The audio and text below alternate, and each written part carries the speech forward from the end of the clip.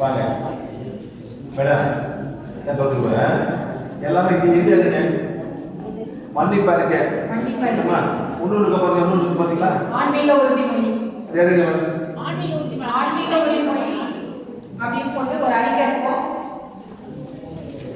அதுல முதல் பக்கம் நான் தெய்வீக நெருப்பாக இருக்கிறேன் அப்படின்னு போட்டிருக்கும் பாருங்க.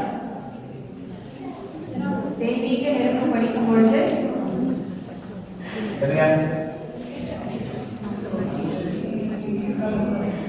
சரி உங்களை பார்த்தீங்க எல்லாரும் மேல வந்தாங்க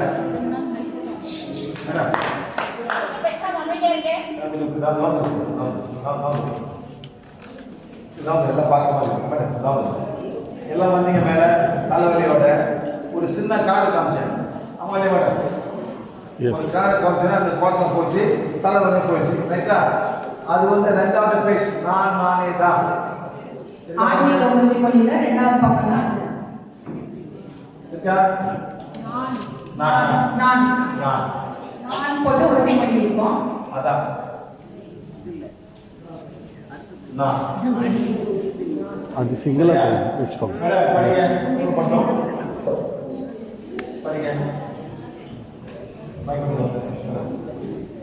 பேஜ் நம்பர் 2 நான் இது வந்து ஒயிட் மேஜிக் விளையாடுறதுக்கு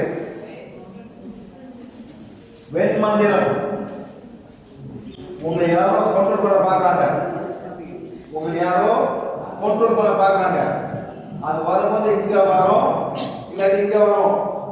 சில பேருக்கு வலி காலம் வலியா இருப்பாங்க போவே போகாது.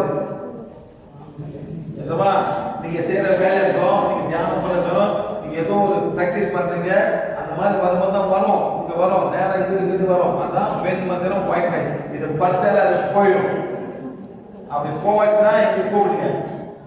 அப்பனா அந்த ஆர்கனைசேஷன் அந்த குரு வந்து ஏதோ ஒரு பிளாக் மேஜிக் பண்றாங்க. படிங்க மேடம்.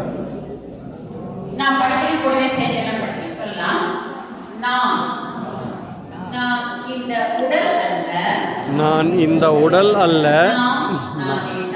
நான் நானேதான்.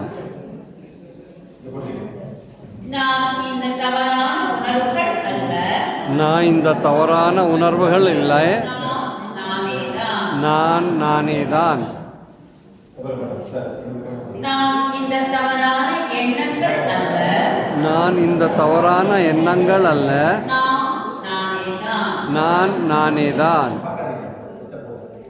நான் இந்த குழப்பமான மனம் அல்ல நான் இந்த குழப்பமான மனம் அல்ல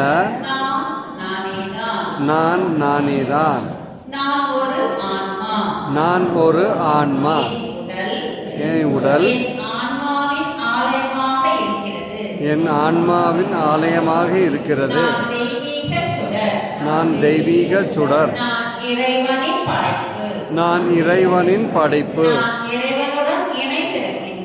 நான் இறைவனுடன் இணைந்திருக்கிறேன். நாளுக்கு நாள் கர்ம வினைகளை சரி செய்கிறேன். இந்த தெய்வீக வழிகாட்டுகள் மற்றும் திட்டத்தை ஏற்றுக்கொள்கிறேன். என் உடல் மனம் மற்றும் ஆன்மா இறைவனின் பரிபூர்ண படைப்பு. தூய்மையானவன். நான் இறைவனின் விருப்பத்திற்கேற்ப தூய்மையாக வாழ்கின்றேன். நான் இறைவனின் நான் நானேதான். நான் நானேதான். நான் இறைவனோடு இணைந்திருக்கின்றேன். நான் இறைவனோடு இருக்கிறேன். நான் எல்லோருடன் இணைந்திருக்கின்றேன். நான் எல்லோருடன் இருக்கிறேன். நான் ஒளி. நான் ஒளி. நான் ஒளி.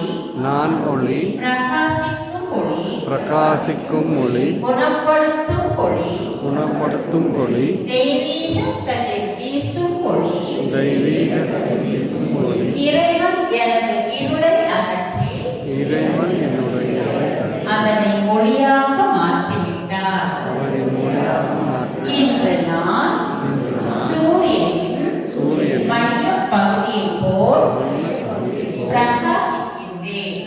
சிற்றின்ப மனித எண்ணங்களாலும் உணர்ச்சிகளாலும் கட்டுப்படுத்த முடியாத ஜீவ ஊற்றான ஒளி தெளிந்த ஆறாக எங்கள் பாய்கிறது. நாம் தெய்வீகத்தின் பிரதிநிதி. சக்தி வாய்ந்த ஒளி ஆதான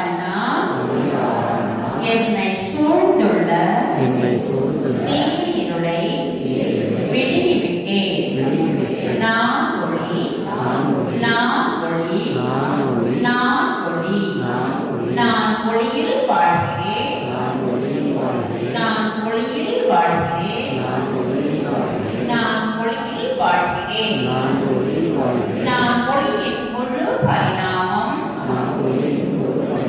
நான் ஒளியின் தூய்மையான நோக்கம். நான் ஒளி, நான் ஒளி, நான் ஒளி. நான் உலகம் முழுவதும் ஒளி வெள்ளமாக பாய்கின்றேன். இறைவனின் நோக்கத்தை வாழ்த்தி உறுதிப்படுத்தி நான் செல்லும் இடமெல்லாம் கொண்டு செல்கின்றேன். நான் ஒளி, நான் ஒளி, நான் ஒளி. பாருங்க மேடம், இதெல்லாம் உங்களுக்கு உங்க ஆத்மாவை யார சம்பந்தம் பண்ணல. நான் ஒளி, பிரகாசமான ஒளி. நீங்க ஒளியா மாறணும். கொஞ்சம் இல்லை ஃபுல்லாக எல்லாரும் ஒளியா மேடம் இல்லைங்களா? இல்லையா? அந்த ரெண்டாவது பேஜ் அதை படிச்சாலே உங்க பெண்மன்றம் போயிடும். இங்க வலி யாராலையும் வந்து தலை வலிக்குது எங்கேன்னு கேளுங்க, எங்கேன்னு கேளுங்க. உடனே அந்த பேஜை கொடுத்து ரெண்டாவது பேஜும் படிக்க சொல்லுங்க. நான் ஏன் இது பண்ணேன்னா இது ரொம்ப சிம்பிளா, ரொம்ப சிம்பிள், ரொம்ப சிலது அவங்களால படிக்க முடியாது. ஆனா அந்த பாக்ஸ் போன பிறகு வலி போயிடும். சரி மேடம், இந்த கார் நீங்க வாங்கி வச்சுக்கலாம். அப்படி வச்சாலே வலி போயிடும். யாராவது கீழே இருக்கீங்க, நீங்க கீழ் பண்ணும்போது வலியோட சும்மா அந்த காரை வச்சுங்க. 50 கிராம் ஊசி குத்திக்கங்க, இதை பண்ணிக்கங்க, வலி போயிடும். மேடம் அவ்வளோதான். ஓகே, அவ்வளோதான். ரொம்ப கஷ்டப்படுறாங்க தமிழ்நாட்டில். ரொம்ப பேர் ஏன் மேடம் எல்லாமே இறைவன் நாடி போறீங்க சார். இந்த கோயில் அந்த கோயில், இந்த கோயில் அந்த கோயில் எல்லாம் போயிட்டு சுத்தி போயிருங்க. திரும்ப முன்னாள் போறீங்க மேடம், 1000 போறீங்க. நேற்று மட்டும் தீபத்தை பார்த்து போயிருக்காங்க மேடம். 15 போயிருக்காங்க.